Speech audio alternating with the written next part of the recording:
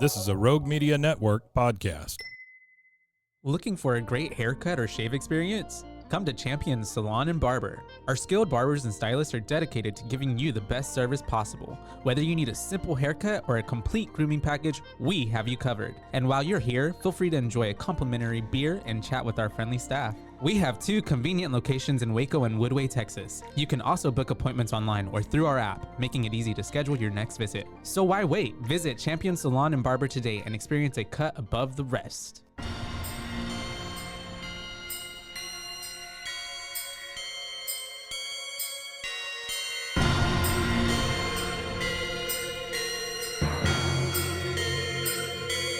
BooBaes.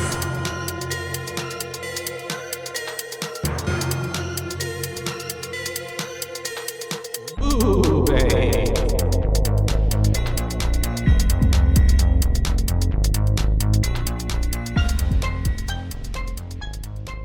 Well, hello, Hi, and welcome to BooBaes. BooBaes. That's right, we're your hosts. I'm Caitlin, And I'm Joshua. and today we're here to talk to you about a listener favorite. Yes.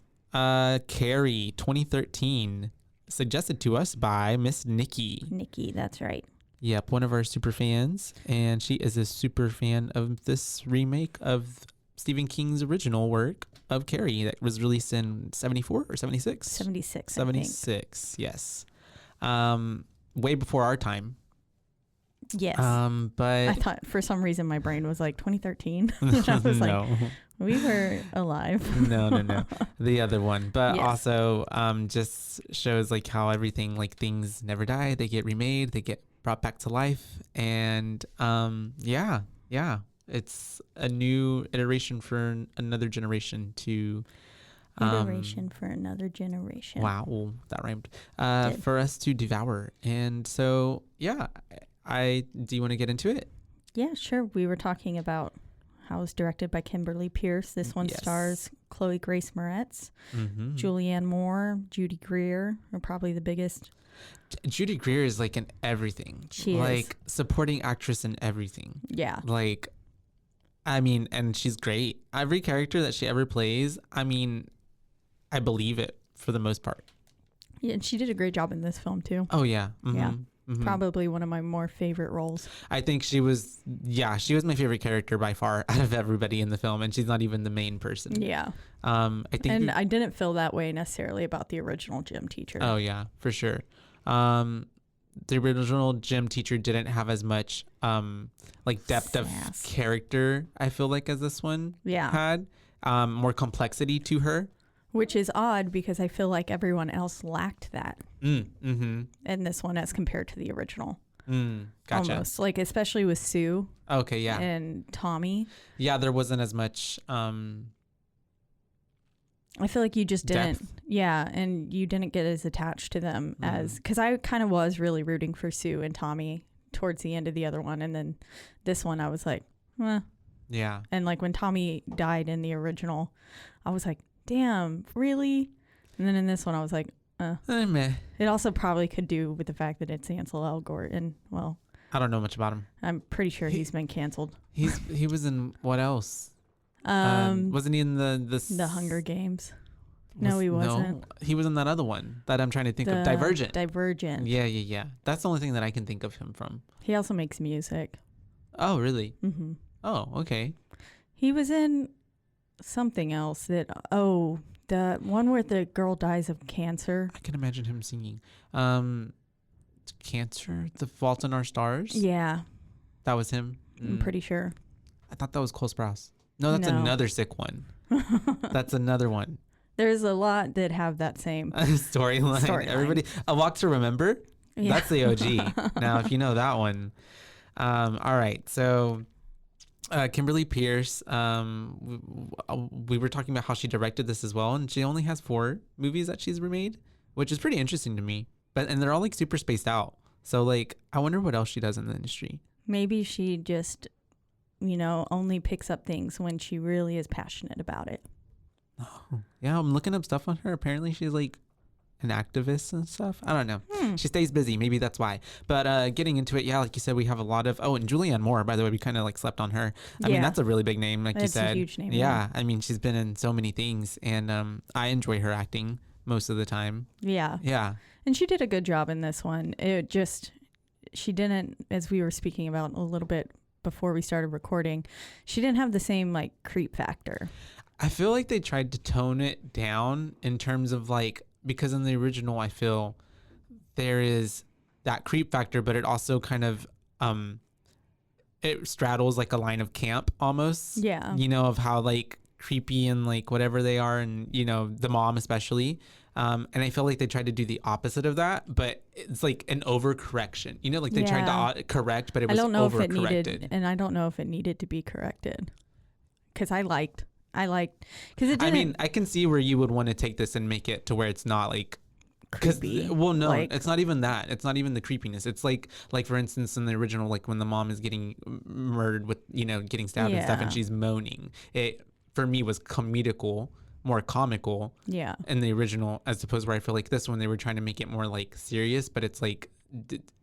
I feel like they could have done a little bit of it, but they didn't need to turn it up like 100. You know what I mean? Yeah.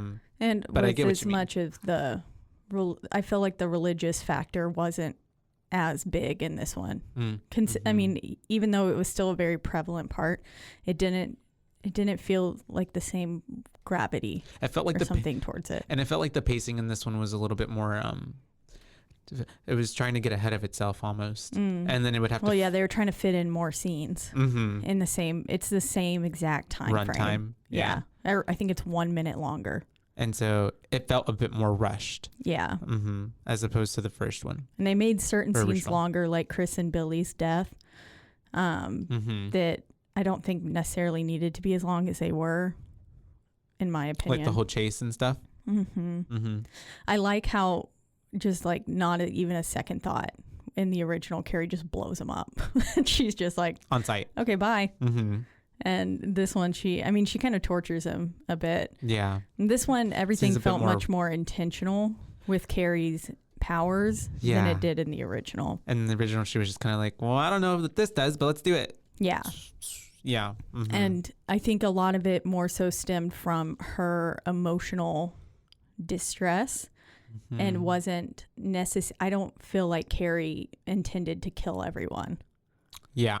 I feel like it was legitimately kind of an accident, and she just couldn't control her powers. Yeah. And then that's like why the whole house swallowed itself and everything like that. So this one, it felt like I didn't really feel that sorry for Carrie. I was like, well, she's murdering people straight up. I thought it was really cool. Like crushing the people in the bleachers. Oh, yeah. That was a cool scene.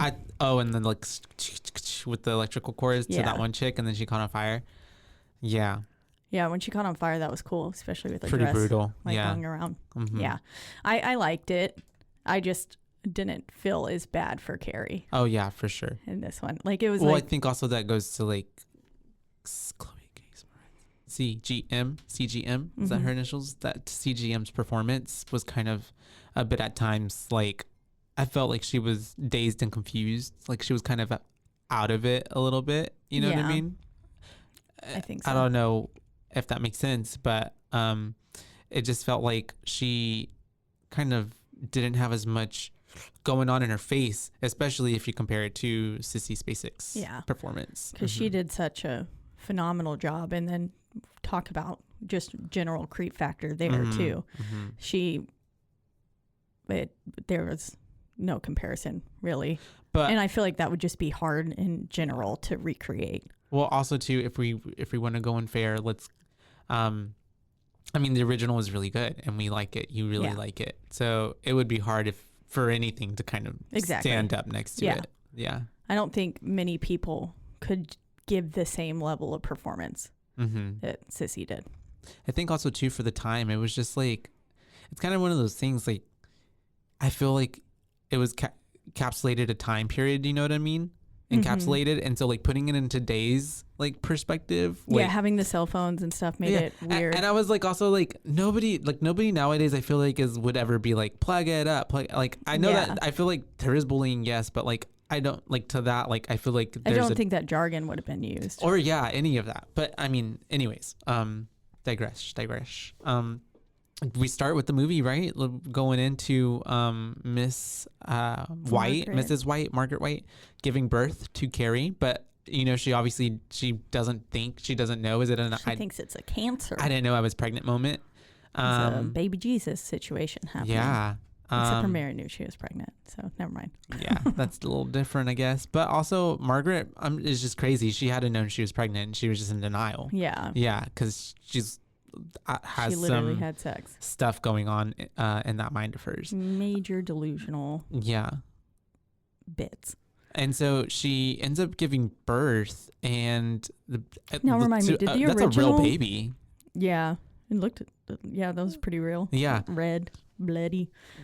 The original who? Did the original start with a birthing scene? I do not remember this at all. Okay, No. I thought this was a liberty taken, which was, I didn't mind it. I thought it was kind of interesting to see this part, especially with her reaction to the baby once it comes out. I thought she did a really great job of acting, and just you can see all of the thought process happening in her eyes. And as she's going through and deciding, am I going to murder this baby? Yeah, literally. That I can't believe I just had. Yeah. Which I feel like that's such a wild concept. Because she's got them shears in her hand and she's ready to just like plunge into she gets this so close. Like very, it's a baby. Like an inch away from this little baby's cannot face. defend itself. But actually it can, because she's got telekinetic powers. Yep. And not yet. That's what stops the I feel like that's what stopped it. Oh, really? Even as a baby, I thought she just came to her senses. No, I feel like there was like a force that like, I feel like that would have made her kill it more. And then for her, that I felt like that was a moment of weakness where she was just like, I felt like for her that was a sign to not do it. But also, I'm going back. I pulled up the notes for the other one, and it did the original started with them playing volleyball.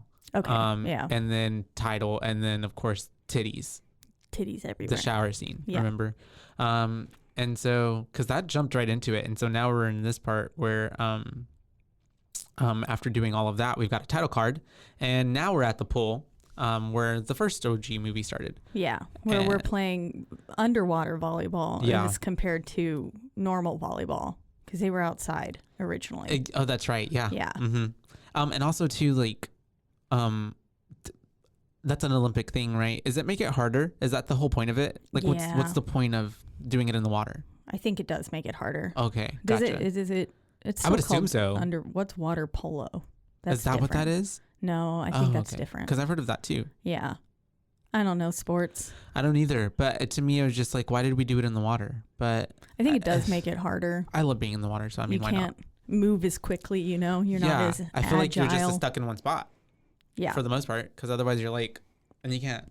When you're trying to splash, and then if the water's, you're probably coming up through the water, which I imagine has to kill your momentum as you're trying to get the ball up. Shout out to everybody who plays that sport. Kudos to you, because that sounds hard. And so they're playing it. The coach is then having to kind of what's the word? Not invite. Coax. That's a good one. Coax Carrie to join, the fun, the team, because she's kind of always on the sidelines, and can't sit on the sidelines every time. And she has to serve the ball, and she accidentally hits Miss Sue in the back of the head. Yep, serves it right to Sue's head. And everybody's like, "Oh, OMG, eat shit, bitch." Which I think Carrie is the White. most. Like is that what they were saying in the original? Okay, got it. I'm pretty sure it was eat shit. Because I'm just like, who says that? Eat shit. Eat shit. Eat my shorts. And poor thing, she kind of laughs a little bit, and also she never says I'm sorry. Yeah, she doesn't. She's just kind of like. She just kind of like hee once everyone else starts laughing, and then that was when Chris came in with the "you eat shit, Carrie White." Yeah, and it was like, okay, that was Chris uncalled is a bitch. She Chris is a grade A psychopath. I hated her from the instant. Yeah, she also had a face that, like, kudos to the actress, because like she had even that like resting bitch face of just like, man, that looks like a mean girl. Like she was just too much spray tan on mean.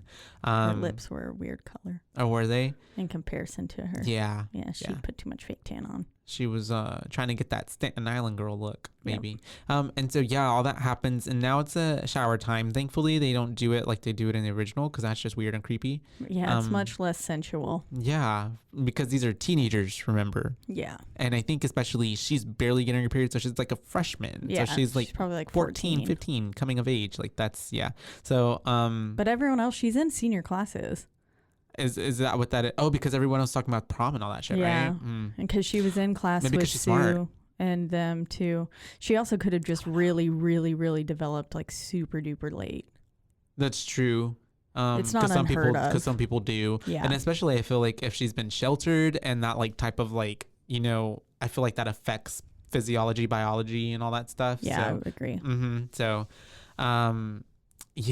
crazy. And so she's unfortunately, we all kind of know she's taking a shower and then all of a sudden we got blood that's coming on into her soap that falls and she's freaking out. Which amount of blood on that soap, I was like, it a lot? It was. Okay. I don't know how much would. It looked like, she must have been having to have bled a lot for that amount of blood to come out in the shower. Like, cause when you're on your period and you take a shower, like my sponges and stuff don't get covered in blood. Yeah. I'm also not like shoving them up your cooker. Yeah. But like also, I don't know. Is it different for your first one? Yep. Was it like? I felt like mine was less. Because it's got to deal with, I don't know. I think we talked about this in the original. In the first one, right? Just Probably. the amount of blood that was there. That was a lot like, too. It's just a lot of blood. Horror movie. Yeah. They gotta get it in somehow. Leave it up to Hollywood. And make sure to DM us about your first period and let us know how much blood was there. And so we also have her doing the same thing, like running up to the girls, freaking out, help me. And she gets blood all over Sue. And Sue already is like, what the fuck, freak? Yeah. I was like, oh, damn. And she thinks she's dying. And they're like, it's just your period. And plug it up starts happening. Chris starts getting the tampon, just saying it's just your period, plug it up. She whips her phone out immediately too after she starts throwing tampons at her and is filming the whole situation, which is, I do feel like would happen in this day and age. Yeah. World if star. people were bullying and stuff like that. There's cameras on everything. Yeah. Because I mean, like the moment anyone gets in a fight or anything, people pull out their cameras to record. Yeah. I feel like it's not impossible for this to have happened. It was an added layer to the movie that, made it relevant for 2013. It would have been weird if they didn't have like cell phones at all. And so I feel like they kind of had to tie it in unless they were trying to stage it in the 70s. I was about to say, I want that movie. I want it like now, keep it in but the 70s. Stage it back then. Yeah. Very Truman Show. And so, a Truman Carrie crossover. And she breaks the fourth wall. And then they're like, because like everybody knows that she's psychic, but they pretend in that world that she's not. But then she ends up breaking through and then wreaks havoc in the real world. I don't know. That'd be cool. And so anyways, with Jim Carrey playing Carrie. Can you imagine? It's like The Mask happening too. Oh, dude, throw that in there. And so all of his movies, actually, as I just started, Ace The Grinch, Ventura. literally everything. And so we have the girls basically attacking her because that's what it is. It's assault, and she's freaking out. And the teacher finally comes up, Mrs. Desjardins. Desjardins. Desjardins. Right? Yeah. Desjardins. I think they called her Desjardins. Yeah. But on the subtitles, it looks like it looked French, Spanish. I don't even know what it was. But Judy Greer comes up. Mrs. D. I'm gonna call her Judy. She comes up and she is, trying to figure out what's going on. And the way that Carrie like puts her hand all over her and gets like blood all over her tennis skirt, bloody handprint on her white tennis skirt. I think it was blue. Or was it blue? Yeah, oh, you're right. It was still very noticeable. Yeah. On it. Because it looked like a murder scene, like a bloody little handprint right on it. It fucked up her skirt for the rest of the day. Because she didn't change. And I was like, girl, you don't got nothing else to change into? Yeah, You're she was wearing that all the way to the teacher. end of the day. And then like, I was like, I know that's gross. Yeah. That's really gross. That's someone's eggs. Someone's lining. eggs, Just uterine lining. And so. Sloughed off. Yeah, she ends up slapping Carrie to kind of get her back into reality because she's freaking out. Which happened in the original as well. And which... Yeah, that whole... Anyways, slaps her, and then it brings her back, but at this point, I think that's whenever still all of the... Before she slapped her, it's whenever all the tampons and everything beside her were, like, moving, shaking a little bit. Yeah, she was kind of, like, pushing them away from her. Everything was kind of pushing away from her. And the lights blow out. Yeah, and then the light blows out after she hits her. And she's, like, trying to hold her and stuff. Which is also like, I feel like at that point, I would have been like, oh, that bitch got powers. Yeah. Or it would have been like, that's a really weird coincidence. But once you saw the stuff floating or pushing away from her on the ground. Yeah. Once I noticed all of those things moving away from me, I would have been like, yeah, that's a little weird. Something's happening. The light exploding could have been a very weird coincidence. That's true. But the stuff quite literally moving away from someone's body, no, you can't really explain that away. And so, unfortunately, we have Miss Carrie in the principal's office, and she is having a talk from Miss Judy and the principal, and they're, trying to make her feel better. I don't know, trying to just kind of, calm down the situation. And but again, the principal doesn't know her real name. He calls her Cassie. Yeah. And then he thankfully gets it right quicker than the other principal, than the original. Yeah. And Judy's like, I'm sorry I slapped you. Yeah, I should have handled it better. Acknowledges that fact in this one, didn't in the other one. 70s. No. And so at this point, the principal's like, we're going to have to call your mom about this incident. And at that point, we kind of get some information of like that she's been homeschooled. Her mom has issues with the school. Obviously, from Carrie's demeanor, as soon as they say her mom, you can tell like, damn, like she's afraid of her mom. She don't want them to call her mom. She looks very unsettled and she's just almost literally shaking in the chair. Yeah. And it's like, please, no, don't call my mom. And then this sets her off so much that she ends up exploding the glass water jug that was in the principal's office. Which are those glass? I thought those Not were normally, plastic. But it looked like glass. Yeah, no, I know. No, it definitely was glass. But I'm just like, normally they're plastic. Glass? Those were usually plastic. And in the original, it was a coffee mug that she exploded, right? Oh, okay. Yeah. On his desk? I actually don't remember. It was something much exploded. smaller.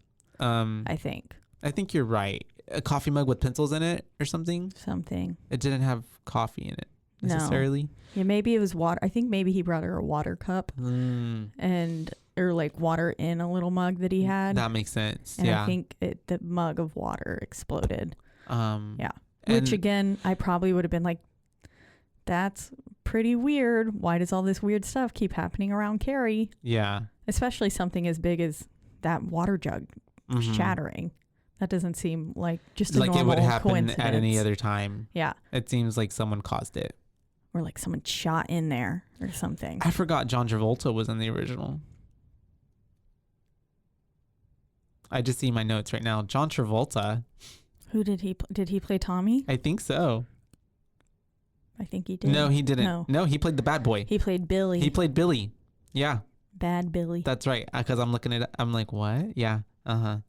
He played Billy. Because in the original, I have, oh my God, John Travolta. And then what the fuck? He just slapped Chris. That's right. But yeah, because I was trying to see what it was that blew up. But anyways, she runs out the room like a weirdo. Yeah. With no explanation. And they're just kind of like, okay, bye. And then she is waiting for her mom to pick her up. And those two boys are just like being dumb teenage kids. And then her mom comes up and we have the incomparable Miss Julianne Moore playing Margaret White. Yes, I keep forgetting their last name. And at this point too, we're also getting Chris and Billy like making out, and then they're sharing the video and stuff. So it's like proof like that she's got that video, and she's definitely not afraid of sharing it with people. We haven't seen her post it yet, but she's definitely showing it, setting all the around. stage up for that. Yeah. And in my notes, it's like the kids outside are being sluts, and because she like literally jumps into Billy's arms, and it looked like they're about to start like fucking on the hood, draw almost. humping. And I was like, Jesus Christ, this is a high school. And Margaret's watching them like, damn, these kids, sinners, heathens, going right to hell. Same with Sue and Billy though, or Sue and Tommy. Whenever they started making out at the beginning in the pool room too, I was like, yeah, this is a high school, y'all. Get your lips off each other. But and also too though, you've worked with kids now that are that age as an adult, so you see like the like, y'all shouldn't be doing that. Yeah. I remember 7th grade. Two people who will not be named, and they were making out so hardcore, like in the hallway, like in front of everybody, and like it was like a car accident. Like imagine all the 7th graders like, just what? Oh my god, yeah, and like giving each other hickeys and and then I remember high school there were people that would make out. And I remember people getting caught having sex in the bathroom too. Ooh, I never been around that one, but I wasn't. I can imagine. I wasn't like present when it happened, but I remember some people that I knew.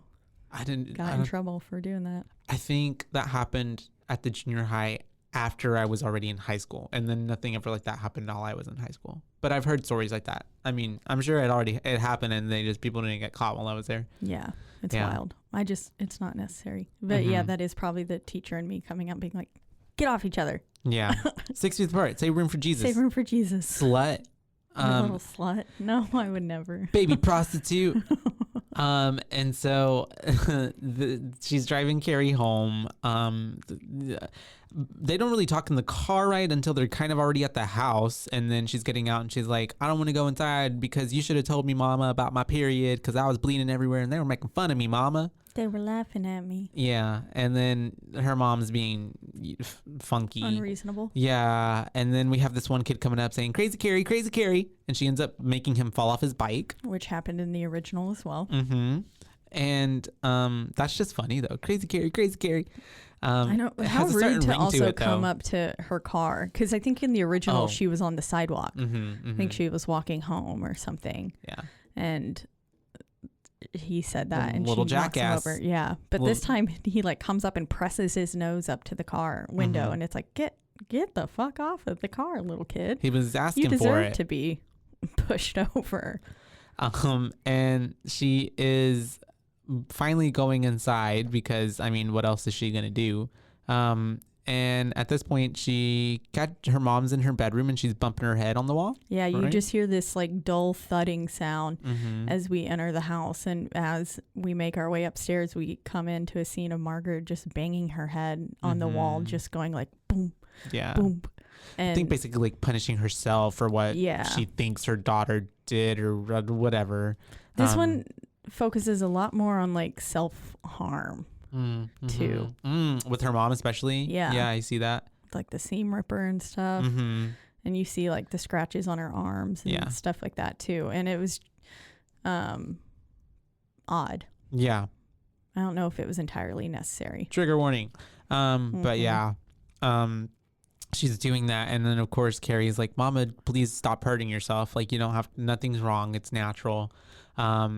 And then I think that's when her mom is telling her to repeat after her, and she's like saying stuff that's like, did you write talking it down? About the curse of blood. She's like basically saying that Adam and Eve, Eve was created from Adam, and then she betrayed God, and so he brought out a curse on her, a curse of blood. Curse of blood, and yada yada yada. And then I love how Carrie's like, that's not even in the Bible. It's not in the Bible. This is what everything else says. And then her mom stands up, grabs that Bible, and just thumps her in the head. Yeah. And I honestly, it almost felt improv, because Chloe's like reaction, I felt like when she was on the floor, was like, oh, okay, that looks like that was real. When her face was like, yeah, she was like appalled. The fuck? And did you just hit me, bitch? Literally. And so she's just like, trying to get away from her mom, and her mom saying, you know, calling her a sinner, and she's like, I didn't sin, you sinned. And that's what drives Miss White over the edge. Yep. And she's like, go to your closet. Go to your closet to pray. She opens that door and she's like, get in there. You've done too much now. Which the closet, call me a sinner. Yeah, which the closet itself is like a cast member, because it plays such a heavy role. It felt like it almost played less of a role in this one than in the original as well. There was a lot more time she spent in the original where it showed like all the like the bleeding Jesuses and all that stuff, and like the heavy emphasis on like the Christian iconography. Yeah. Because we don't even really see anything, because it then focuses on her mom for the most part. But yeah, she puts her in the closet, and that's not a place where anybody should be. So happy Pride. Happy Pride.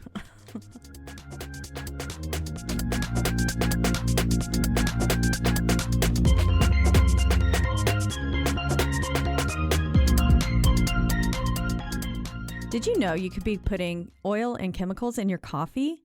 I love coffee creamer, but I don't think I've ever turned the bottle around to actually see what's inside. When I did, I found out many of my favorite creamers contain ingredients I would never intentionally add to my coffee cup, like canola oil, dipotassium phosphate, and artificial flavors.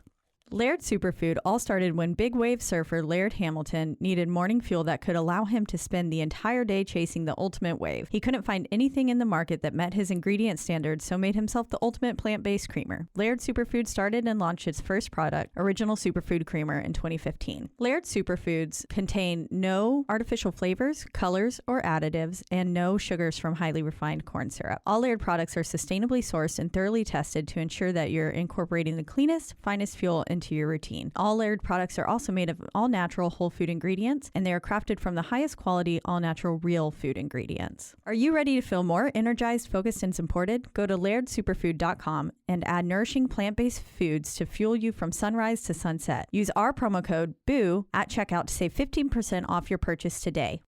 I love smoothies, but I don't love smoothie bar prices. With my BlendJet 2 portable blender, I can make smoothie bar quality beverages for a fraction of the price. BlendJet 2 is portable, so you can blend up a smoothie at work, a protein shake at the gym, or even a margarita on the beach. It's small enough to fit in a cup holder, but powerful enough to blast through tough ingredients like ice and frozen fruit with ease. BlendJet 2 is whisper quiet, so you can make your morning smoothie without waking the whole house. Lasts for 15 plus blends and recharges quickly via USB-C. Best of all, BlendJet 2 cleans itself. Just blend water with a drop of soap and you're good to go. There are also over 30 plus colors to choose from. I myself chose black because it matches the color of my soul. What are you waiting for? Go to blendjet.com and grab yours today. And be sure to use the promo code BOO12 to get 12% off your order and free 2-day shipping. No other portable blender on the market comes close to this quality, power, and innovation of the BlendJet 2. They guarantee you'll love it or your money back. Blend anytime, anywhere with the BlendJet 2 portable blender. Go to blendjet.com and use the code BOO12 to get 12% off your order and free 2-day shipping. Shop today and get the best deal ever.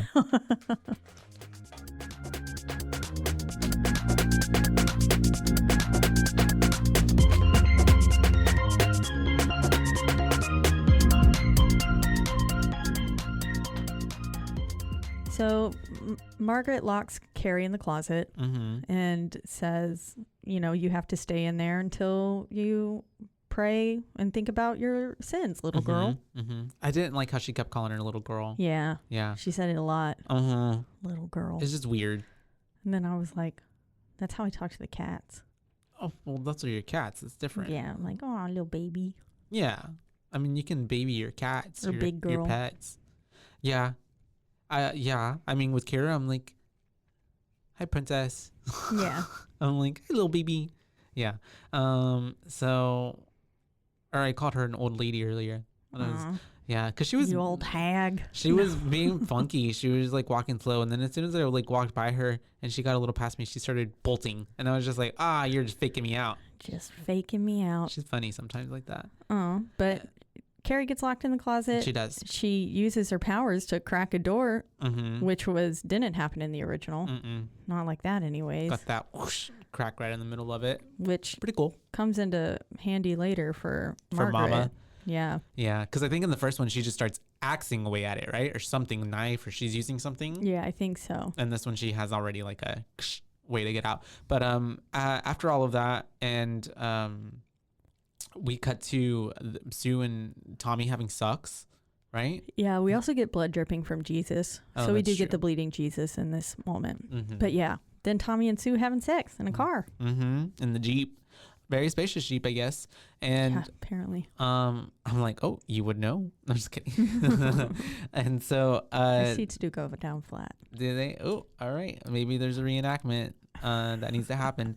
And so Miss Sue can't climax because she is feeling very bad and guilty about what she did to Carrie. She starts talking to Tommy about it, and Tommy, starts talking about his old bully and this kind of old, story. And he kind of is the catalyst for Miss Sue trying to think of a way that she can make up her wrong, basically. Yeah. Like, get rid of her guilt. And she ends up at this time it even transitions to Chris and their friend Teeny, and they're with her boyfriend Billy, and they're being rowdy and whatever these rowdy teenagers do. And he's not even a teenager, isn't he? He's like older than them. Yeah, he looked a lot older than them. Oh yeah, like he was a senior 2 years ago. Yeah. And yeah.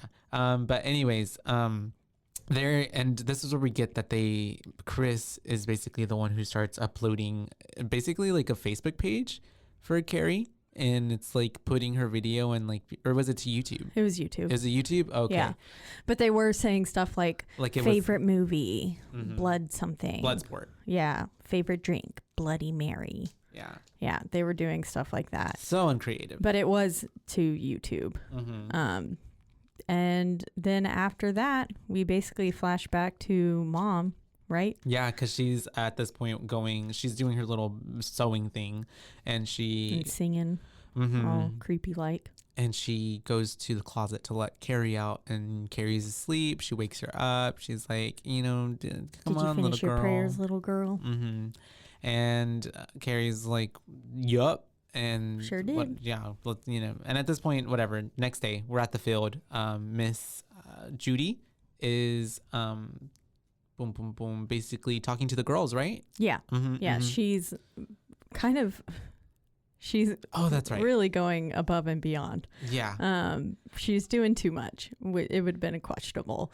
It was a bit abusive. Yes. Yeah. Especially she was like, what you guys did was really shitty. Now she's not wrong. Yeah. It was really shitty, but you probably shouldn't say that to the kids. Yeah. And then the way that she walks up to Chris and it was like talking to her about, kind of antagonizing her. Yeah. And then goes to Sue and she was like, you're going with Tommy.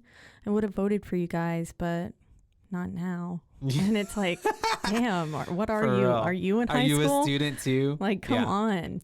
You're supposed to be their teacher. I know. There was kind of a level of,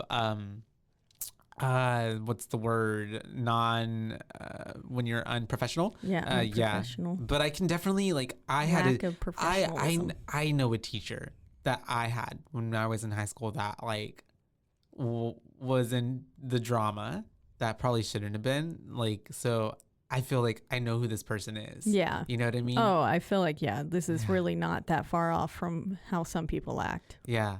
But definitely was taking it a bit far. And then, of course, she's telling them they have to run suicides, I guess, all week until, I guess, for making up for what they did, their punishment for being mean to Carrie. And if you stop running, you get suspended. Which means you can't go to prom. Yep. If you get suspended, no prom. And probably no graduating too. Yeah. Chris is the one who's really peeved off about it because she's like, we didn't do anything wrong. This is bullshit. And she's really challenging the teacher, Miss Judy. And then nobody else is really on Chris's side because she's trying to egg the other girls on. Because she's being irrational. Yeah, she is. And she's like, if we all quit and we, they can't suspend us all, we didn't do anything wrong. But everybody knows. Everybody knows that they did a shitty thing. Yeah. And she's really not taking any kind of accountability for it. She's kind of like the worst kind of human being because she even, I think, is so delusional at this point that she does not think that she did anything wrong. No, yeah. I think she wholeheartedly believes that she was in the right. I feel like she thinks that Carrie deserved it. Yeah. She did. Yeah. Uh-huh. She has a line later on in the film where she was like, she's been asking for it since the 6th grade or something like that. And it's like, that's fucking rude as hell. Come on. And so just admit that you fucked up and take the move punishment. on. But she obviously doesn't. She walks off, and so And she keeps yelling, "This isn't over!" And I was like, "Bitch, yes, it is. Get out of here. Just leave already." Very Karen behavior. And so suspended, and we cut to Carrie in a bathroom, and she's looking at herself. And we get another eat shit Carrie White on the lockers. Yeah, that's right before The that. lockers were defaced. And I think that's what makes her do what she does in the restroom, right? Yeah. She ends up breaking the mirror with her powers and then lifting the glass. So starts making the pieces levitate. So she knows she has some sort of power. Yeah. She can do something, clearly. It's funny how that bitch came in and was just like, "Oh, hello."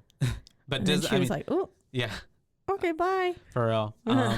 And so she goes to the library, and because I think at this point too, because of at the beginning, Judy said, like, you know, you're excused from PE all week, you can go to study hall. So she's in the library. I think this is during her study hall, and she's looking up all her powers and psychic books and all this stuff. There's a small continuity error here.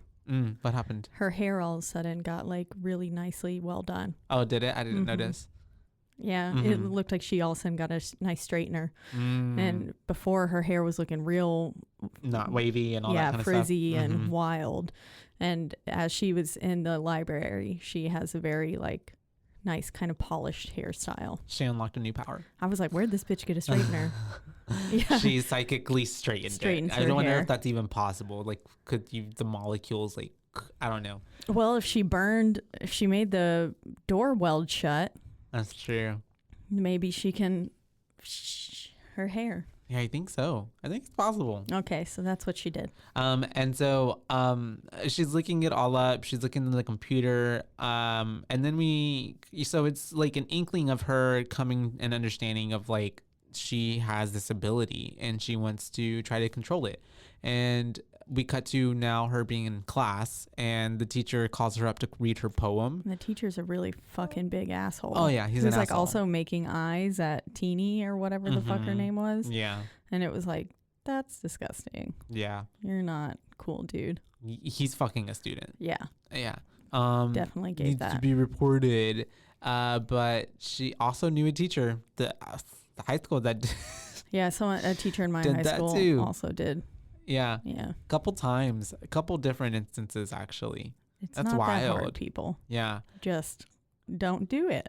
Oh, that's also, crazy. Find some people your own age. What the fuck is wrong with you? Yeah. Yeah. Anyways, so Carrie is reading her poem and whatnot, and everybody's talking over it. And like, I know this would not happen. Like, a real teacher would be like, everybody shut the fuck up. But anyways, everybody's talking and laughing over her. And even the teacher is joining in on being like, oh, well, that was the most disturbing thing you said all year. And yeah, this is the most you've talked in the class all year. Are you done like disturbing us now? And then Tommy's like, asshole, under his breath. And then the teacher's like, what? It's like, oh, I said it was awesome. Yeah. Thought the poem she read was awesome. So at least he's kind of like coming to her defense a little bit. Yeah. I thought it was funny how everybody like turned their heads like at the same time towards him in the back. Like, yeah. What'd you say? That would give me whiplash. I just got a little of it right now. I'm getting nauseous already. And so then we flash to the Mom cleaners. And the cleaners, yeah. And she's sitting there sewing, and we get this lady very impatient up at the front going like, bing, bing, anyone here? Ringing the little bell, like, is anybody working here? And Margaret finally, decides to go up there. She did kind of take her sweet time, but she was in the middle of something, so yeah, I get it. And we see that it's Mrs. Snell. So Sue's mom. Sue's mom picking up the dress for Sue's for prom. Yeah. And as they're sitting there talking, Margaret is definitely not as open to speaking with her. Yeah, you can tell she's already kind of like feels a certain way, kind of standoffish. Thinks all their kids are sinners. She's not trying to convert her like she was in the original. Because in the original, she would talk to her, and they actually had somewhat of a relationship, but it was all just her trying to convert her and stuff. Because so that her mom came over to the house in the original, right? Yeah. But yeah, this is the only interaction we get between the two of them, and they're being weird, or Margaret is, at least for the most part. And yeah, she's like, these are godless times, as she's like cutting up her leg with the seam ripper. Yeah. So it shows that like she's like punishing herself for almost having any interaction with this worldly woman, I feel like. Yeah. You know what I mean? And so, and obviously Sue's mom is just kind of like, ooh, awkward. Okay. What the fuck? Yeah. And then we cut to Miss Chris being in trouble or trying to get her dad to get her out of trouble at the school office. Which I'm assuming is the next day or during the same day. I don't know. Yeah, who knows? Yeah, and so her dad's like a haughty lawyer. I don't know. Someone important, I guess, who makes her feel like he can get her off the hook. Maybe he has many times before. But she is basically trying to say that she didn't do anything wrong. And then he is being condescending to Judy. And then I love how she kind of flips it around on him. And she's like, well, you know, there was a video that got sent around, and if this is on someone's phone, it would be pretty damning to that person. Mm-hmm. And then that's when we see like Chris obviously was not smart enough to delete it. Yeah, and so she wouldn't give up her phone. This bitch knows she's guilty. Yeah, and her dad's like, just give him the damn phone, and she's like, no, and walks out, runs out. Mm-hmm, yeah. Mm-hmm. And then we get Sue standing up to Chris, right? Yeah, because Chris ends up going to the bleachers. What's the room with the bleachers? The gym. And they're all trying to prepare. Almost like the locker room. They're all trying to prepare for. There's probably someone there too. They're trying to prepare for the prom and stuff. And Chris is like, well, you know, I'm not going to go to prom, so you know, haha. I guess I don't know. She's really taking it all out on Sue. She's just being a fucking bitch. Yeah, to everyone. And she confronts Sue, and then at this point, Chris is basically saying, you don't even care about Carrie. You only care about like your perfect prom and this and that. Your perfect night. Mm-hmm. You've already practiced the sounds that you're going to make for Tommy. Which I'm like what perfect? They've already been fucking. Yeah. Like, shut the fuck up, Chris. And so, like, she's fucking pregnant. Yeah.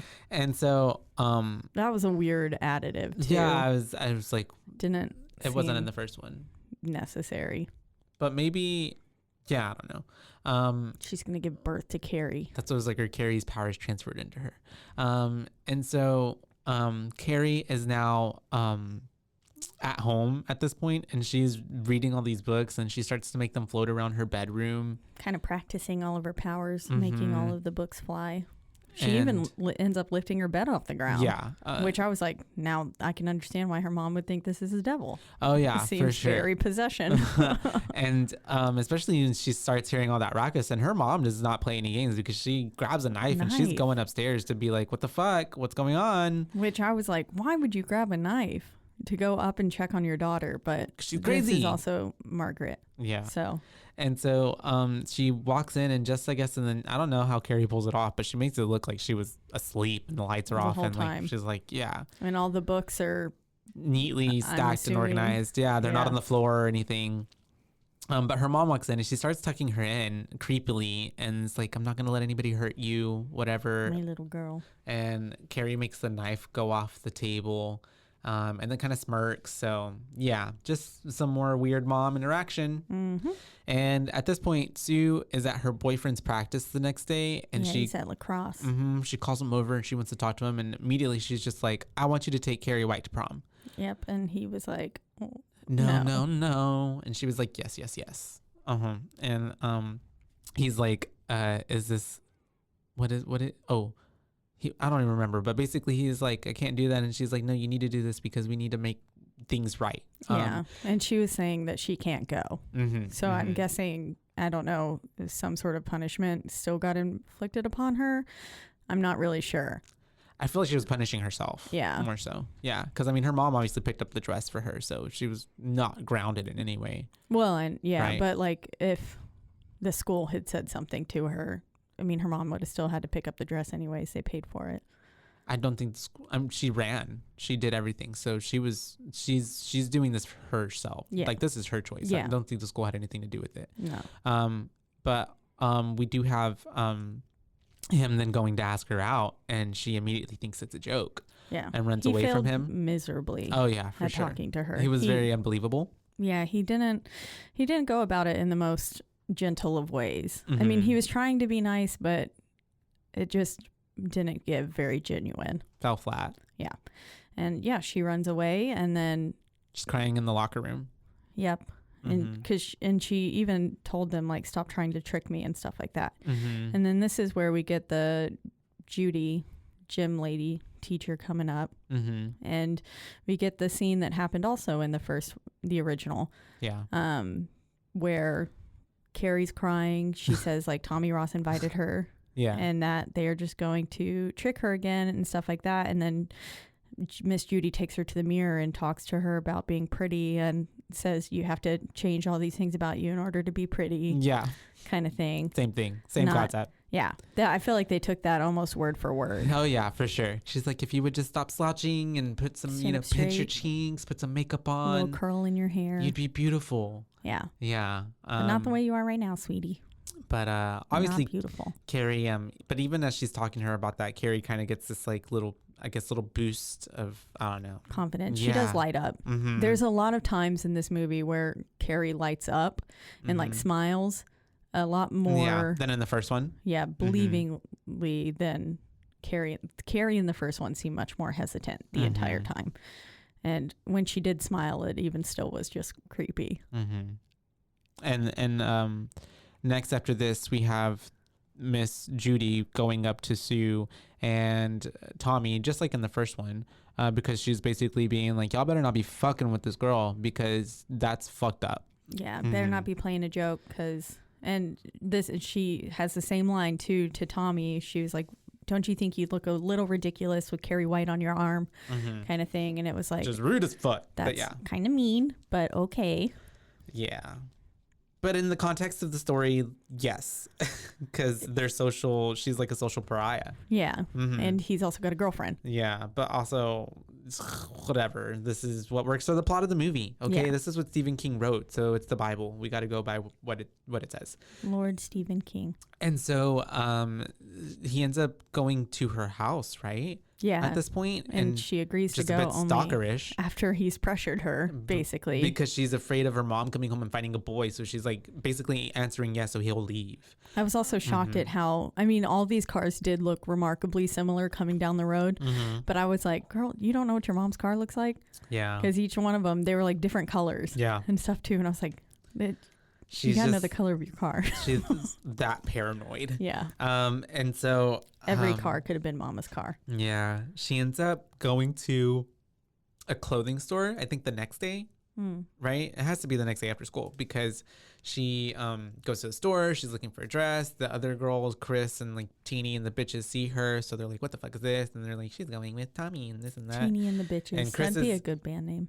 Right, Teeny and the bitches, and Chris is very much like with just the look, like very much like over my dead body kind of situation. Yeah. And then we have Carrie showing up to her house, and her mom's waiting for her outside because it's like pitch black. She got home really late, and mom is like losing her shit on the front yard, like lawn, very noticeably. And she's like, "You cannot go to prom." And this is where we start getting a very PG version of the dog sniveling comment in the basically coming and saying like, that boy, he's gonna come paw at you, and once you've got the blood, the dogs will smell it out and they'll figure out where that scent's coming from, and they'll put it in you, basically. Basically like dogs in heat. Yeah. But it seemed much more toned down than the original. The original was like a very intense scene where it was like, Jesus Christ. Yeah. Yeah. Which I liked about the original. This one, I still liked this scene in general, but it just wasn't as intense and as graphic. Yeah, well, and basically because her mom's just, it's that whole, like, they're all going to laugh at you, they're going to trick you, and this isn't right. Like, he just wants one thing, they're all the same. And Miss Chloë, Carrie, there you go. this is the first time she's like what's the word, like visibly uses her powers against her mom, and her mom's like, oh, what the fuck? Yeah. Because doesn't she make she lifts all the furniture in the house and her mom. It is very real. It felt like a very real reaction from Julianne because she's like, yeah. and then she wouldn't stand up, and she was like, Mama, stand up, and chokes her up. And has levitates her levitating from the ground, very Dua Lipa, and keeps holding her in the air for quite a while. And then this is where Mom starts saying, like, "Oh, it's the devil. The devil. Oh, yeah, it's the witch. Yeah. Which I mean, But understandable. Yeah. I mean, if I'm getting like, you know, I would have been like, oh, something's going on here. Yeah. And it's the obvious connection for her mind to make with her. I'd be like, oh, you're a mutant. I don't know. Or like, oh, cool. Like, you got powers, but can you put me down, please? Yeah. Let's talk about it. And so at this point, I think she does that and she's just like, does she put her in the closet? No, not yet. Yeah, that's right. It's just like, it's donezo. And then we have cutting to Billy and the pig picking scene. Yeah, his friends going to go get a pig because they're obviously going to cut its throat so they can get blood for the famous scene. And the friends can't kill the pig. And so Billy has to do it. And then Chris joins in. And it's all kind of just like, it's a little bit gross for me and kind of really sad for the pig. So yeah, really sad for the pig. And it just didn't make sense to me. Like, because Billy kills the pig, Chris slits the throat, and then they just start making out. Oh, and the blood goes on his face. Yeah. It's and very... like killing an animal is like a good reason to go for it. Yeah. Oh, yeah. And like... I was like, what the fuck? It seems like it's weird because, it seems like they're getting hot and bothered off of it. Yeah. Yeah. And... off of murdering something. But I guess that goes to show just how psychotic they are. Yeah. Right? Because isn't it like serial killers, they hurt animals? Yeah. So some of them do get off on hurting people. Things. Yeah. And so, and then we have Sue vomiting at school. So it's kind of setting up the like whole, I mean, if you're a first time viewer, you probably wouldn't think like, oh, she's pregnant. I feel like I did maybe because you're a woman. I feel like I was like, not to like, because she came out and she kind of held her lower stomach. Yeah, or maybe I imagine that, but it kind of looked like the way that she came out. I was like, she got morning sickness. Because it just came out of nowhere. Yeah. But then also I was like, but why? I was like, what does that have to do with anything? Her being pregnant. To add more stakes, I guess, that Tommy dies. I don't know. We're supposed to care more. Yeah. It didn't make me care more. Or maybe that's their reason in this one why Carrie spares her at the end. And at the other one, it was just like, just because she didn't. Sue was kind of nice to her, I guess. Yeah. And was, well, and Sue goes into like cuckoo.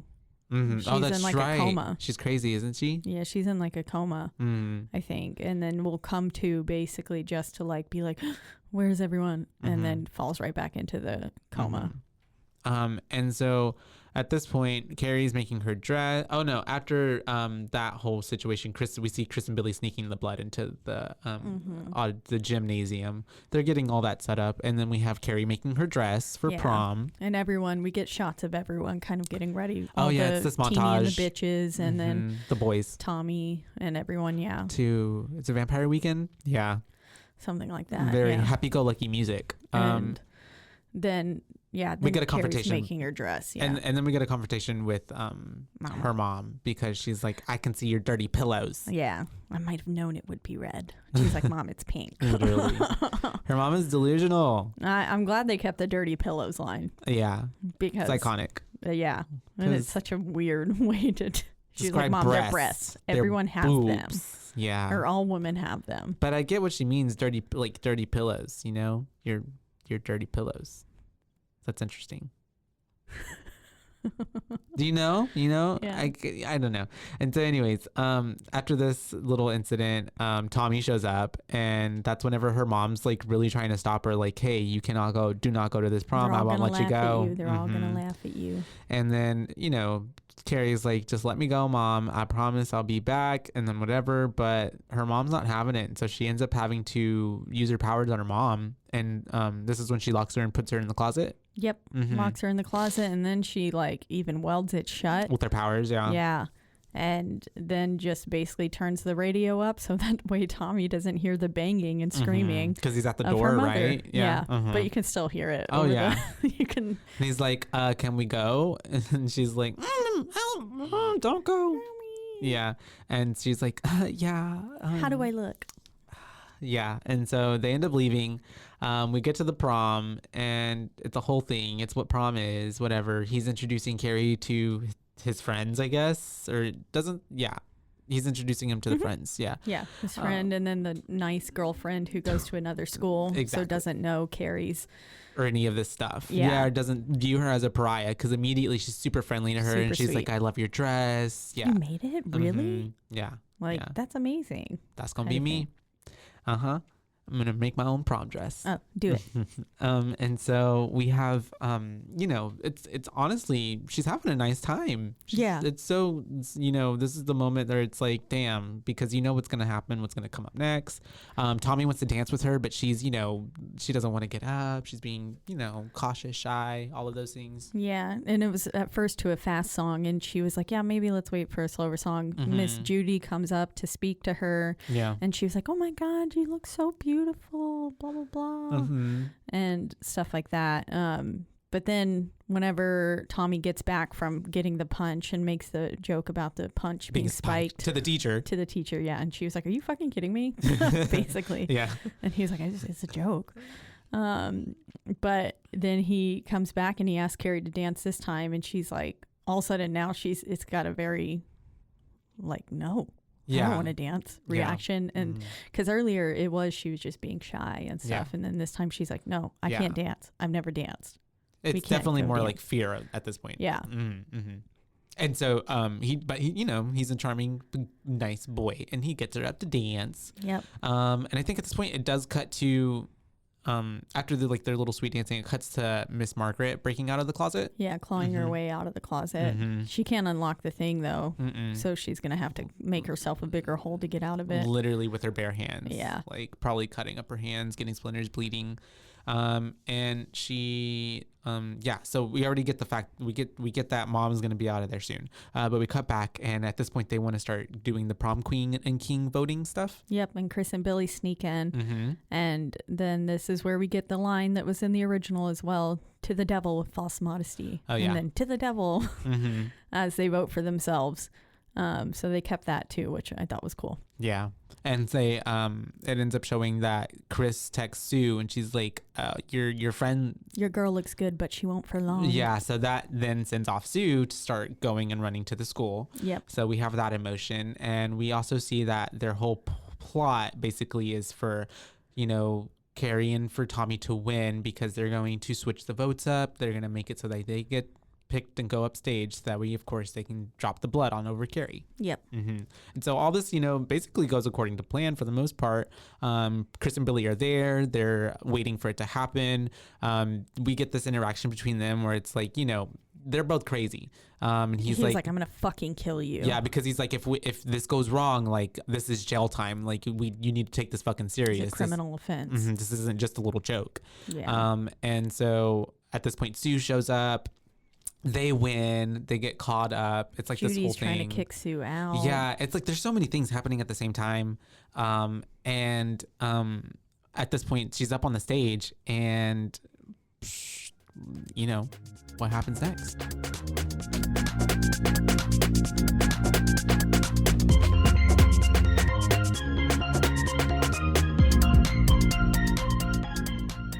Did you know that dehydration is the leading cause of daytime fatigue? I was shocked to learn that even mild dehydration can cause headaches, muscle weakness, and brain fog. But luckily, there's a solution.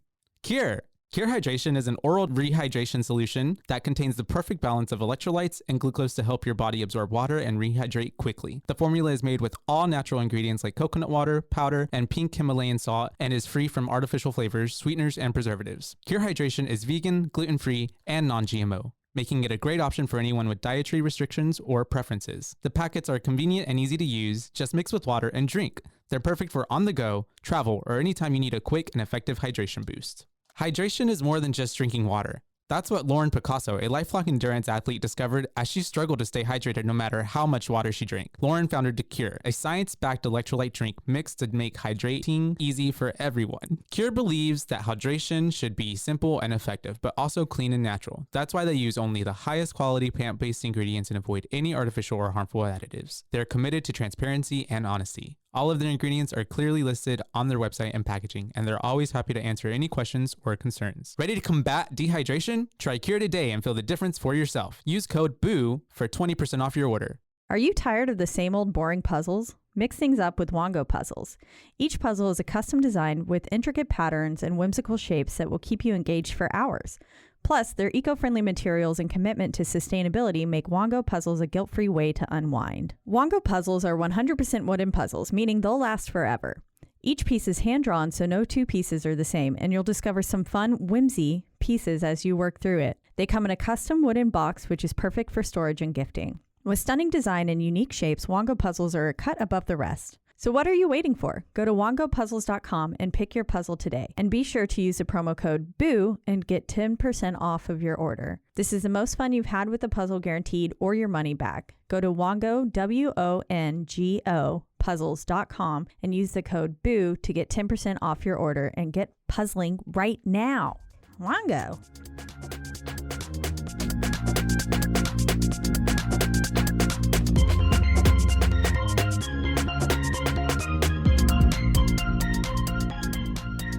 She pulls the cord, but it actually doesn't go the first time. So then Billy's trying at it, and then they're trying yet again, and then Billy finally gets it to go.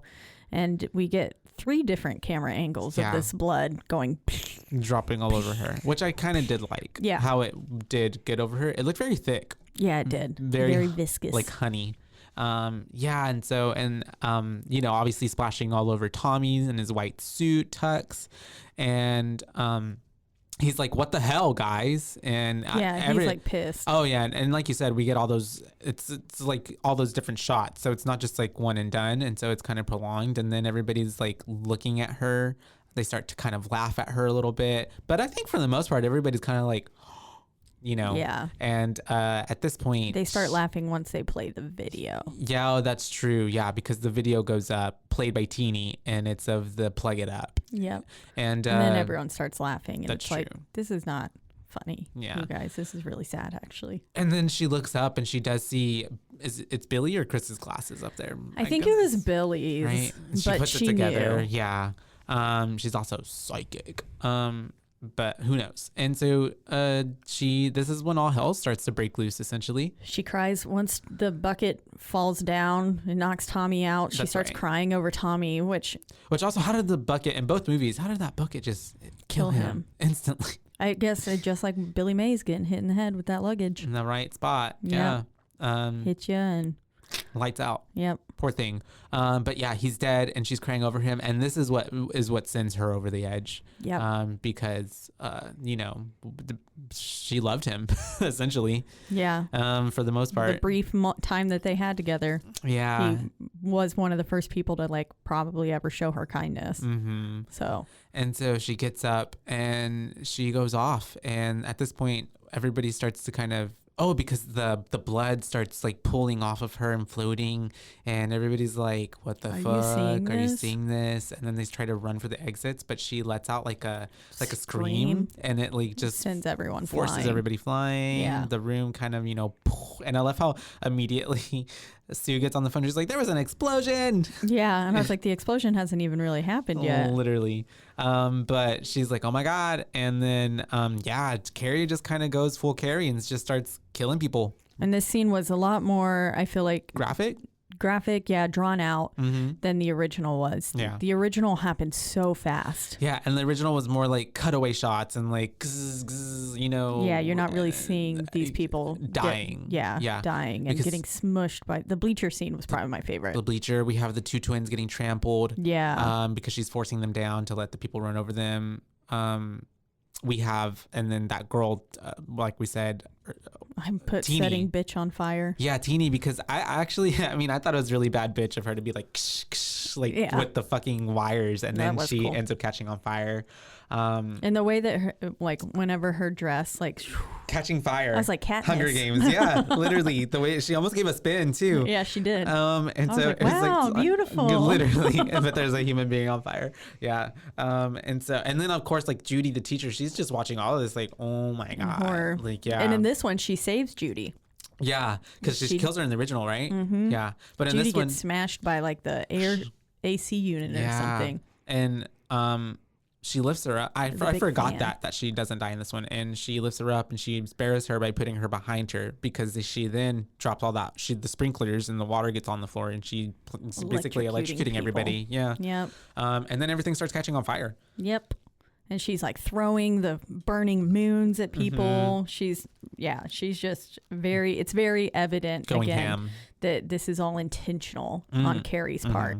She's picking things up. You see the gestures with her arms, like proving that she's actually executing these movements. As in, when in the original, she's not really doing anything besides walking. She's just walking out and everything's like going berserk around her, and therefore everybody's dying because of the things going haywire around her. Yeah. And she's not really having attacking people. She's not murdering people like she is in this one. I mean, she did murder them too overall, but I don't think I don't think the intent was there. I think her body it was like flight or telekinesis. Yeah. And she chose both. And so at this point, she ends up walking out, essentially. Everybody's kind of, coughing and like, oh my God, we're wounded. It's a whole fiery, bloody scene. There's sirens coming up. The way she flies out. Oh, yeah. Comical. A little comical. Yeah. And then it's the way that like it seems like there's nobody's there, as it's like aerial shot of her, but then we pan to her and it's like, oh, there's literally everybody around her, and like, yeah. But she ends up seeing Chris and Billy's car take off, and so she's gonna go after them, which she does. These are the people who did it to me. I'm gonna get them. She goes after them. It's the way that they're trying to get away, and it's the way that she's standing behind them apparently, and I don't see how none of the cop cars notice that there's a bloody teenager just walking in the middle of the street. Of the road. Yeah. They're probably like, this is least of our concern. Yeah. There's fire everywhere. And so they get over there, but she tries, they're trying to get away, and she ends up doing like a whole airbender thing, like earthbender, and stomping on the road, the ground, and it breaks the ground from underneath them, so they can't get away. And she almost makes him fall into a sinkhole. Yeah, like once it does catch up to him. I love how he was like, this damn town, as if it was like this is just a normal thing that's happening. Literally, not like it's a supernatural force. And so they get turned around, and of course she sees Carrie, and so she's like, oh my God, it's Carrie. She's like, run her down. And they do try to do it, but of course she stops him with the force field, and I guess he dies. I don't know. I thought he was just knocked out. Yeah, but his nose did look like it split open. Yeah, it was pretty gross looking. He's at least unconscious. And he definitely dies in the explosion. Oh yeah, because then Miss Chris is like, ugh, and like sobbing and like freaking out, and then she moves his body over and she tries to run over Carrie, but Carrie has other plans, and she makes her run into the pole at the gas station, or the gas station thing itself, the pump, and pretty graphic. Miss Homegirl Chris goes flying and gets caught in the glass, the windshield. Yep, her face gets halfway through the glass.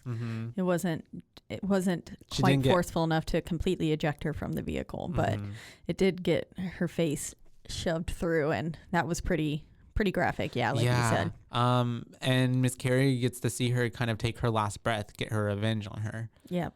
Because she does die, but it's funny the way that even then Carrie's like, no, that's not enough, and then blow him up still. Blows him up. Yeah. Yeah, she knocks that pole down on them, which we already saw the gas was spilling from the crash, and it just goes electric pole onto them and lights them up. And then I was like, she should have told her to eat shit. Right as she was dying, she should have been like, eat shit. That would have been great. Yeah, I would have wholeheartedly accepted that change. I would have stood up and clapped. Yeah. I would have been like, okay, yes, bitch. We're rewriting the narrative. Yep. Yeah, now she's not a victim anymore. She's not weird. She's like, I'm the head bitch now. Yep. HBIC. And so she ends up just kind of going home, bloodied and in shock.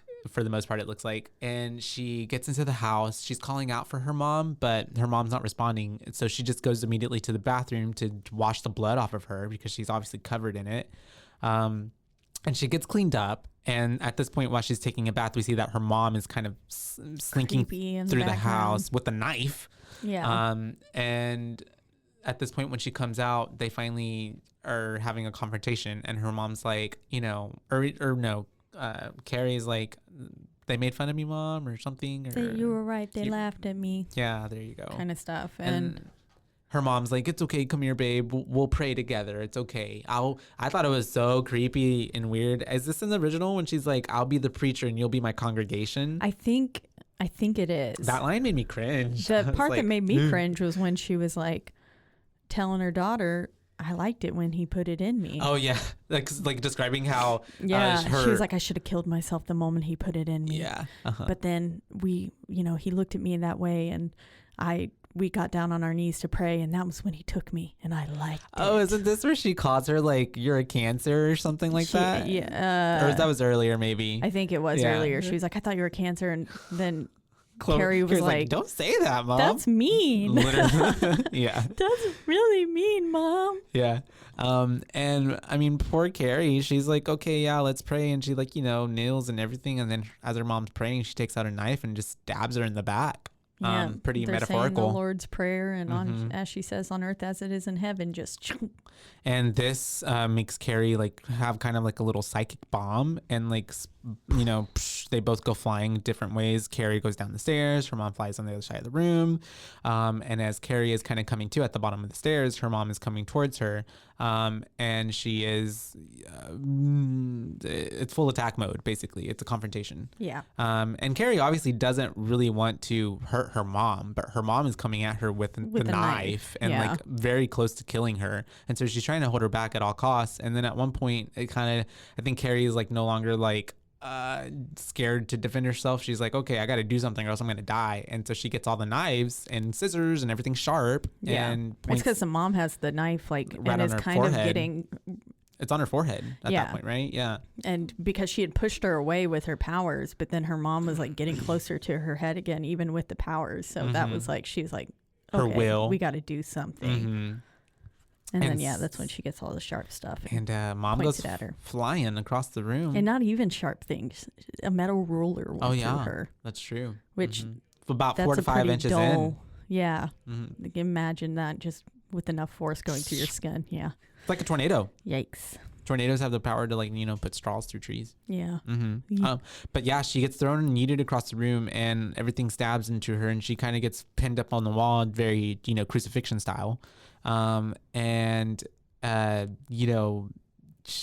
thing, Carrie has to like come up to her and like, and it was very different from the original because in the original the mom was dying and it was like very like orgasmic almost, and it seemed like she was moaning while she was like taking her last breaths. I was glad that this moment didn't have that because that was weird, but that it was fitting for the original, like just with how the mom's character was overall. Well, in the whole movie, I mean, when we have Carrie in the beginning basically being soft porn with like the titty scene and all that shower scene, but in this scene she doesn't do it as long, but then like it's the fact that it's kind of opposite. She's like, and then Carrie comes up closer and she's like and comes to, and Carrie pulls her down and is like, I'm sorry, like I'm whatever Nothing's gonna hurt you now, kind of thing.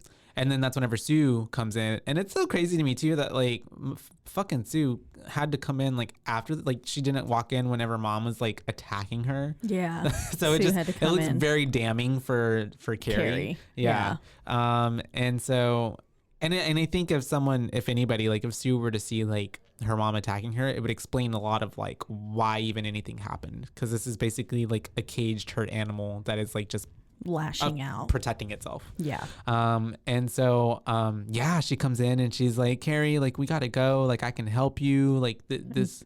But then Carrie starts like throwing shit at her and stuff, and Sue was like, don't hurt me, and she was like, why not? And then I've been hurt all my life, kind of thing is what she says. And then all the rocks and stones, which I was like, where are all these fucking stones coming from? Somewhere. She's got the power to like, she's picking them up. I was like, this would have made more sense if this was a stone house. They were the most like perfect round stones. Yes, they're like perfect skipping stones. Yeah, they were very smooth.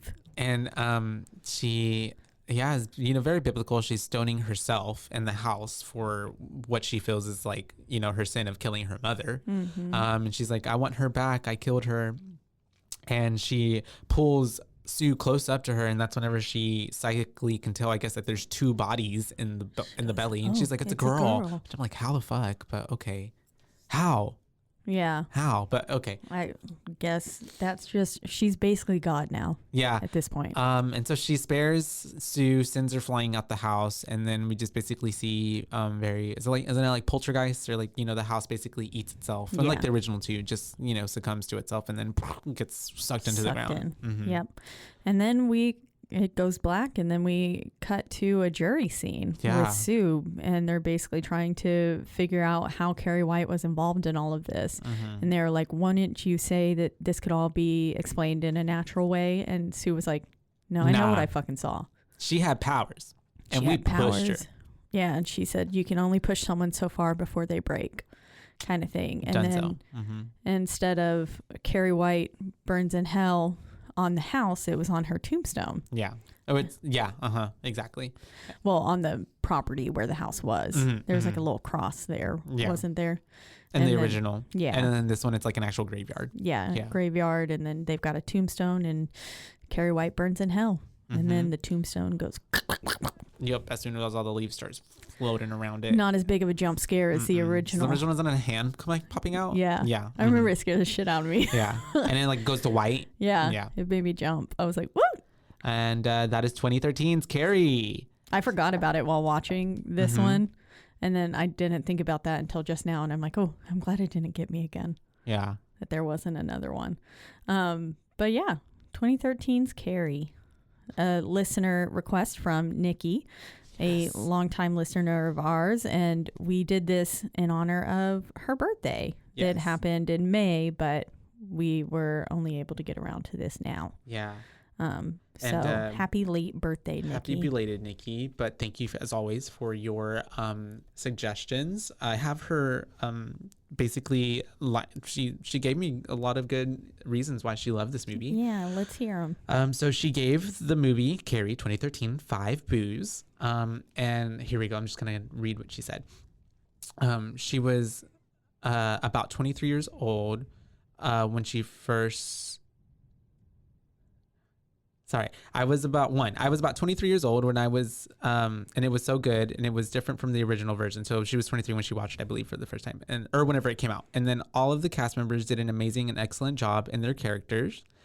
3, her favorite character is Sue Snell because she stood up for herself when she told her best friend Chris Hargensen that she felt so bad for what they did to Carrie White in the showers, and she asked her boyfriend Tommy Ross to take Carrie to the prom instead of her. So she felt that Sue was being like super noble and like, you know, trying to make a right from a wrong. And which I agree. And 4, she did read the book by Stephen King, and this one is really based off of, and this one she feels like really follows the book really closely. And she is, and then just to reiterate, even after the 5 boos, she's like, give it 10 out of 10. Like, she really likes it. Yeah. One of her favorites. So thank you so much for all of that input, Miss Nikki. I would probably have to give this one a 3.8.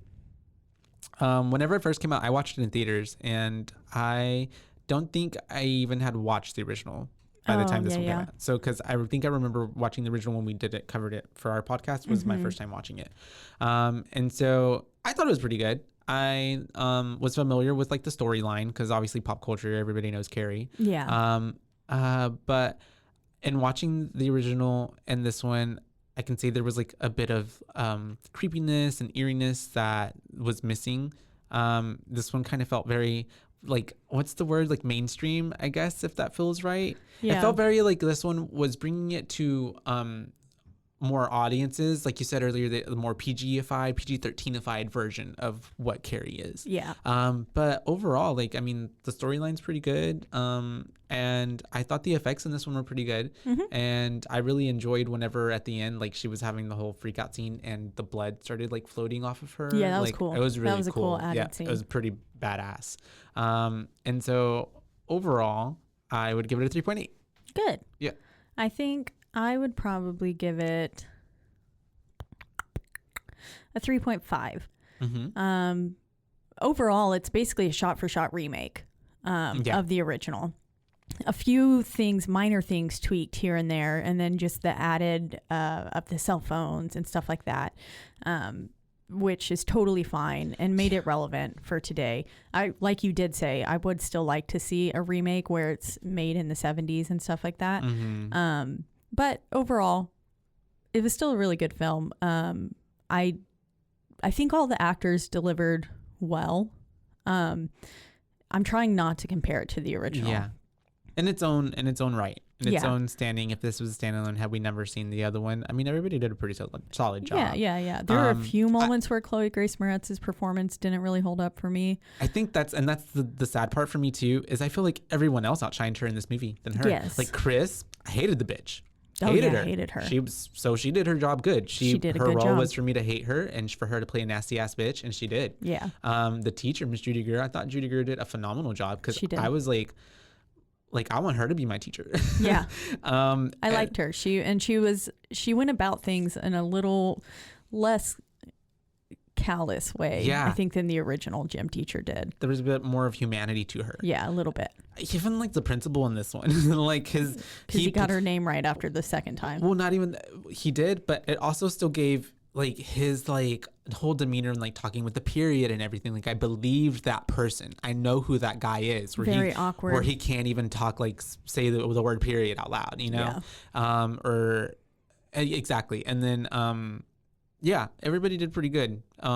Except for I felt like the least ones who did that great were the ones who were the main people, Tommy, Sue, and Carrie. Yeah. Yeah. But other than that, I mean, it's pretty solid. Yeah. Mm-hmm.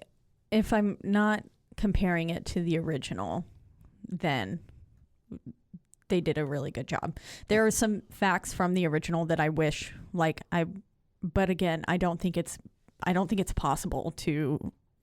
I mean, it would take someone, the perfect person playing Carrie, to be able to reenact what Sissy Spacek did in the original. I'm like trying to think of anybody today that I think that could even do that, and I don't think that anybody could, honestly. Yeah, because it's such an iconic and very. She just brought something else to the role that I don't think it's like other people can bring. It's like she was Carrie. It's like Laurie Strode. Nobody else can play Laurie Strode. Yeah, that cannot be recast. You know, and then her character in the original Halloween, like everybody, like that's a perfect. Or even a Sydney Prescott. Yeah. Like you can't redo those. Like, you know, you can add new characters. Like we had Scream 22 and 21 and 22. Mm-hmm.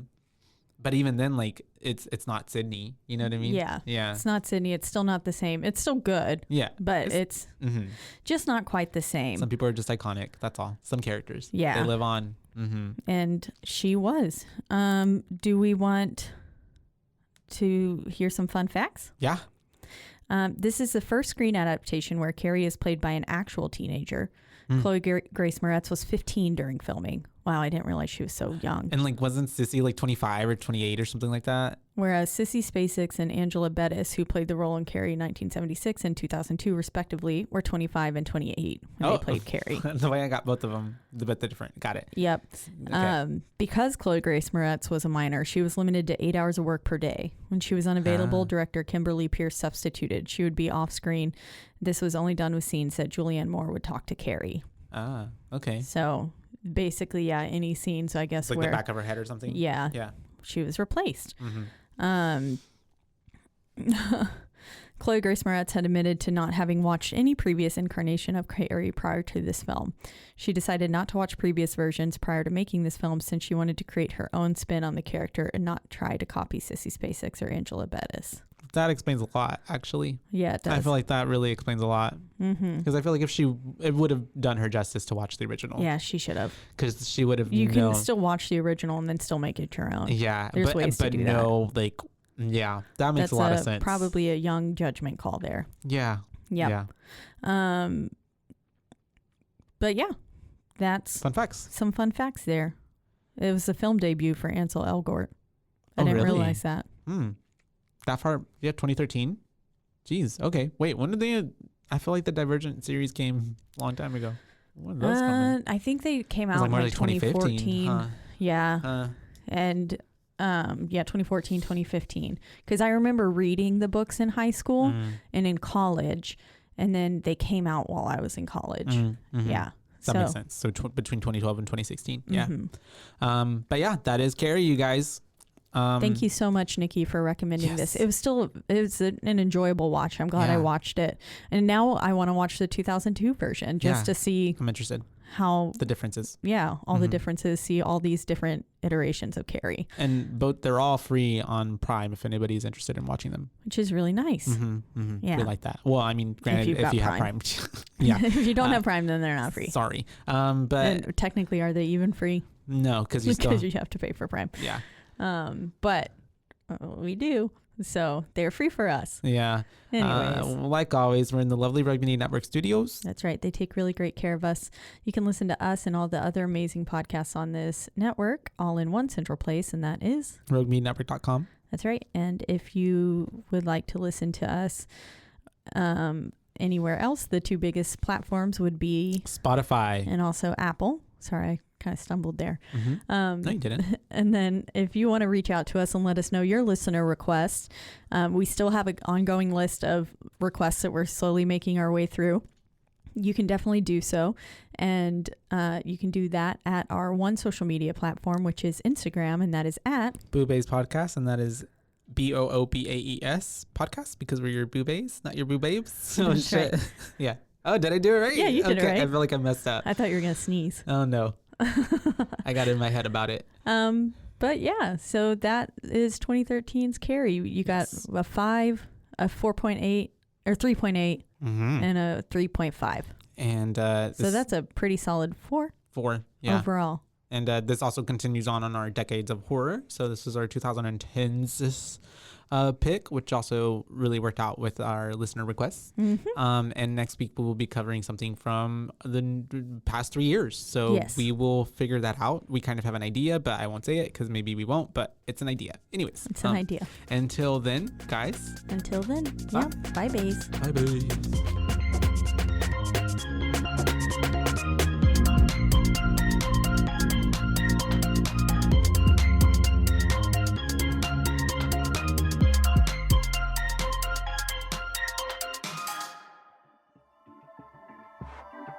This has been a Rogue Media Network production.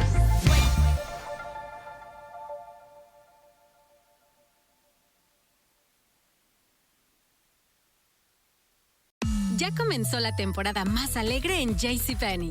Con todas tus marcas favoritas para el hogar bajo un mismo techo, es muy fácil crear lindos ambientes en casa. Tenemos decoración de mesa para tus comidas en familia y los últimos modelos de Cooks, Cuisinart y Martha Stewart para el chef de la casa. Prepara el cuarto de visita con artículos de Home Expressions, Linden Street y Liz Claiborne. Encuentra hoy todo lo que tienes en tu lista y aprovecha nuestras ofertas. JCPenney, celebraciones que valen la pena. Are you a podcaster? Let's talk podcast hosting. Are you tired of your current podcast host? Need real support in a community that gets it? At Rogue Media Network, we offer top-tier podcast hosting services to help you thrive. From hosting and distribution to dedicated support, we've got you covered. Starting as low as $25 a month. Join our community of passionate podcasters today. Contact us at hello@roguemedianetwork.com.